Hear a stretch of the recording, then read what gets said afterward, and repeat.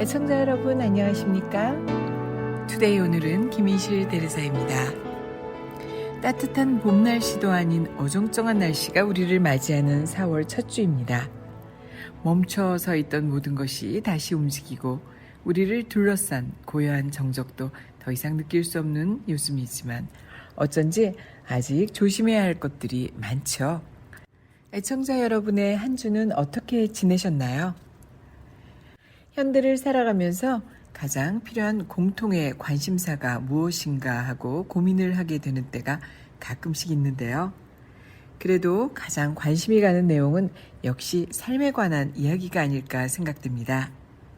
살면서 또 사회생활을 하면서 우리가 가끔은 너무도 쉽게 생각했던 삶과 죽음이 요즘처럼 크게 우리를 자극했던 시간이 없었던 것 같습니다. 기나긴 팬데믹의 시간과 예상치 않은 전쟁과 분쟁의 소용돌이 속에서 많은 분들의 삶과 소중한 목숨에 대해 생각하게 되는데요.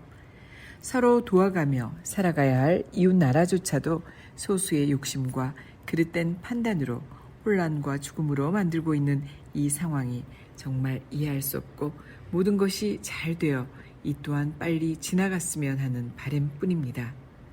주님의 시간 속에서 전쟁과 전염병에 대한 대처할 우리의 힘이 너무도 미약하다는 사실에 가슴이 아픈 하루하루이지만 이 시간 또한 반드시 지나갈 것을 확신하며 항상 기도하는 마음으로 여러분과 함께하겠습니다. 탈무드에 이런 글이 있습니다. 로마인이 한 랍비에게 와서 당신네들은 하느님 이야기만 하고 있는데 하느님은 어디 계시는지 가르쳐 달라고 했습니다. 어디에 계시는지 가르쳐주면 나도 하느님을 믿겠다고 했습니다. 물론 랍비는 로마인의 짓궂은 질문을 좋아하지 않았습니다. 랍비는 로마인을 밖으로 데리고 나가 태양을 가리키며 저 태양을 바라보십시오 라고 말했습니다. 로마인은 처음 훌깃 태양을 보고 나서 어리석은 소리 하지 마세요. 태양을 어찌 직시할 수 있나요? 라고 말했습니다. 그러자 랍비는 하느님이 만드신 수많은 것 중에 하나인 태양조차 볼 수 없으면서 어떻게 위대한 하느님을 한눈으로 볼 수 있기를 바라십니까? 라고 말했습니다. 용기와 격려를 서로 나누면서 김인실 대리사의 투데이 오늘은 여러분과 함께 문을 열겠습니다. 오늘 만나실 글은요. 가톨릭 신자이면서 수필가이며 가톨릭 대학교의 교수셨던 장용희 교수님의 글 준비했습니다. 학생들이 졸업을 하고 새롭게 취업을 할 때 가끔 축하카드에 이 세상에 기쁨과 행복을 주는 사람이 되십시오 라고 쓰는 때가 있습니다. 기쁨과 행복을 주는 사람, 참으로 막연한 말입니다. 사실 그렇게 쓰면서도 나 자신은 어떻게 사는 것이 이 세상에 기쁨과 행복을 주는 건지 잘 모릅니다. 그래도 그렇게 말하는 것이 선생으로서의 도리인 것 같아 무조건 그렇게 씁니다. 그런데 마침내 어제 재용이가 그 말에 제동을 걸었습니다. 내가 가르친 서강대학교 부설 이냐시오 야학 졸업생인데 정비공으로 취직이 되어 속초로 내려간다기에 선물로 책을 주며 앞에 그 말을 써주었더니 대뜸 말했습니다. 에이 선생님, 제가 어떻게 이 세상에 기쁨과 행복을 주나요? 신학대학에 입학해서 신부님이 되는 것이 꿈이었던 재용이는 작년에 수능고사 성적이 기대에 많이 못 미쳤고 본당 신부님이 조심스럽게 신학대학을 포기할 것을 권고했다는 것입니다. 그래서 결국 오랫동안의 꿈을 접고 다시 고향으로 가는 길이었습니다. 선생님, 저는 신부님이 되어 위대한 일을 많이 하고 세상에 기쁨과 행복을 주려고 했어요. 그랬는데 라며 한숨과 함께 재용이가 말했습니다. 자동차 정비공이 어떻게 이 세상에 기쁨과 행복을 주겠느냐는 말이었습니다. 나는 물론 신부님도 이 세상에 기쁨과 행복을 주겠지만 정비공도 라고 말을 하려다 그만두었습니다. 좌절된 꿈에 슬퍼하고 있는 재용이가 어떻게 받아들일지 몰랐기 때문입니다. 그러면서 나는 문득 토니를 떠올렸습니다. 유학을 하던 시절 내가 살던 기숙사의 경비 아저씨인 토니는 나이가 한 60쯤 되었습니다. 전직이 콜택시 기사였습니다.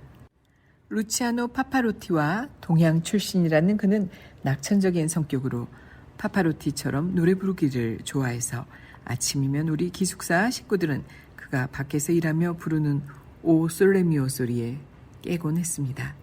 그는 가끔 우리 방에 들러 함께 차를 마시곤 했는데 언젠가 우리들에게 자신이 기사 시절 크리스마스 이브 새벽에 겪은 일을 이야기해 주었습니다. 그날 밤 당번이었던 그는 시내 어떤 주소로 가라는 연락을 받았습니다. 아마도 늦게까지 파티를 한 사람이 집에 가기 위해 부르는 것일 거라고 생각했습니다. 가서 한참을 기다렸습니다. 그러나 아무도 나오지 않았습니다. 보통 때 같으면 경적을 한두 번 더 누르고 가버렸겠지만 그날 밤 그는 일부러 차에서 내려서 벨을 눌렀습니다. 잠깐만요. 아주 작고 힘없는 목소리가 들렸습니다. 그리고는 무엇인가 마룻바닥에 질질 끓이는 소리가 들렸습니다. 한참 있다가 문을 열었습니다. 거기에는 마치 1940년대 영화에서 막 걸어 나온 듯한 복장에 모자까지 단정히 쓴 아주 나이가 든 할머니가 서 있었습니다. 그 뒤로 보이는 방은 가구가 다 흰색 천으로 덮여 있었습니다. 이 가방 좀 들어주시겠어요? 할머니는 아주 미안한 표정으로 말했습니다. 방을 나오면서 할머니는 문간에 놓인 사진틀과 앨범이 가득 담겨있는 상자 앞에서 잠깐 망설였습니다. 할머니, 그것도 가져가실 거예요? 할머니는 잠깐 생각하더니 고개를 흔들었습니다. 아니, 그냥 두고 갈 테야. 차에 타자 할머니는 주소를 주면서 시내를 가로질러 가달라고 부탁했습니다. 그러면 돌아서 가는데요. 할머니 괜찮으시겠어요? 나는 시간이 아주 많아요. 지금 호스피스 병원으로 가고 있는 중이거든요. 순간 토니는 뒷좌석의 할머니를 쳐다보았습니다. 어둠 속에서 할머니 눈에 이슬이 반짝였습니다. 식구는 하나도 없어요. 의사 선생님이 이제 갈 데가 얼마 안 남았다고 했어요. 토니는 요금 미터기를 껐습니다. 어떤 길로 갈까요, 할머니? 그로부터 2시간 동안 토니와 할머니는 함께 조용한 크리스마스 새벽거리를 드라이브했습니다. 그녀가 젊은 시절 엘리베이터 걸로 일하던 빌딩, 지금은 가구 공장이 되었지만 처음으로 댄스 파티에 갔던 무도회장, 신혼 때 살던 집, 그리고 그 동네 등을 천천히 지났습니다. 때로는 어떤 건물 앞에서 차를 세우고 그냥 오랫동안 어둠 속을 쳐다보기도 했습니다. 어슴풀의 날이 밝아오자 할머니는 이제 피곤해, 그만 갑시다 라고 말했습니다. 침묵 속에서 토니는 할머니가 준 주소로 차를 몰았습니다. 간호사들이 할머니를 맞아 휠체어에 앉혔고 토니는 자기도 모르게 할머니를 안아 작별 인사를 했습니다. 자네는 늙은이에게 마지막 행복을 주었어. 아주 행복했다오. 할머니가 말했습니다. 할머니를 두고 토니는 건물을 나왔고 뒤로 문이 찰칵하고 닫혔습니다. 그건 마치 삶과 죽음 사이의 문이 닫히는 것 같았습니다. 라고 토니가 말했습니다. 나는 그때 집으로 가지 않고 한참 동안을 할머니를 생각하며 돌아다녔지. 그때 내가 그냥 경적만 몇 번 울리고 떠났다면? 그래서 크리스마스 날 당번이 걸려 심술난 다른 기사가 가서 할머니에게 불친절하게 대했더라면 난 내 일생에 그렇게 위대한 일을 해본 적이 없어.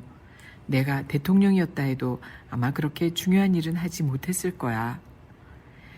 우리는 우리의 삶이 아주 위대한 순간들로 이루어져야 한다고 생각합니다. 그리고 그 위대한 순간, 내가 나의 모든 재능을 발휘해 위대한 일을 성취할 날을 기다리며 삽니다. 내게는 왜 그런 기회가 오지 않느냐고 안타까워하고 지치고 슬퍼합니다. 그렇지만 그 위대한 순간은 우리가 모르는 새에 왔다 가는지도 모릅니다. 아니면 우리 스스로가 하찮게 생각하는 순간들 속에 숨어 있는지도 모릅니다. 무심히 건넨 한마디의 말, 별 생각 없이 내민 손, 스치듯 지은 작은 미소 속에 보석처럼 숨겨져 있는지도 모릅니다. 그리고 그런 순간은 대통령에게도 신부님에게도 선생님에게도 자동차 정비공에게도 모두 골고루 옵니다. 흔히 4월을 잔인한 달이라고 합니다. 이곳 남가주의 4월은 그리고 전 세계에 지금은 꽃과 여름을 알리는 향긋함으로 자연은 우리를 부르지만 우리는 그저 멍하니 먹구름 속에서 기다려야 하는 계절이 되어버렸습니다. 그래도 모든 생활과 삶이 그렇듯이 무엇인가에 의해서 바뀌고 따라가는 것보다 우리가 생각하고 노력하는 대로 바꿔 나간다면 더 좋은 환경과 시간이 될 것을 믿어 의심치 않습니다. 우리 주위에서 우리를 불안하게 하는 많은 고통과 시련이 있지만 우리 모두가 스스로 노력하고 헤쳐나가며 웃음과 여유를 잃지 않는 한 주 되셨으면 좋겠습니다. 김인실 대레사의 투데이 오늘은 여기에서 인사드립니다. 늘 건강하시고 조심하십시오. 주님과 함께하는 시간 속에서 평온을 찾는 한 주 되시기를 두 손 모아 기도드립니다. 다음 주 보다 더 좋은 내용으로 저는 이곳에서 여러분을 기다리겠습니다. 건강한 모습으로 다시 뵙겠습니다. 고맙습니다.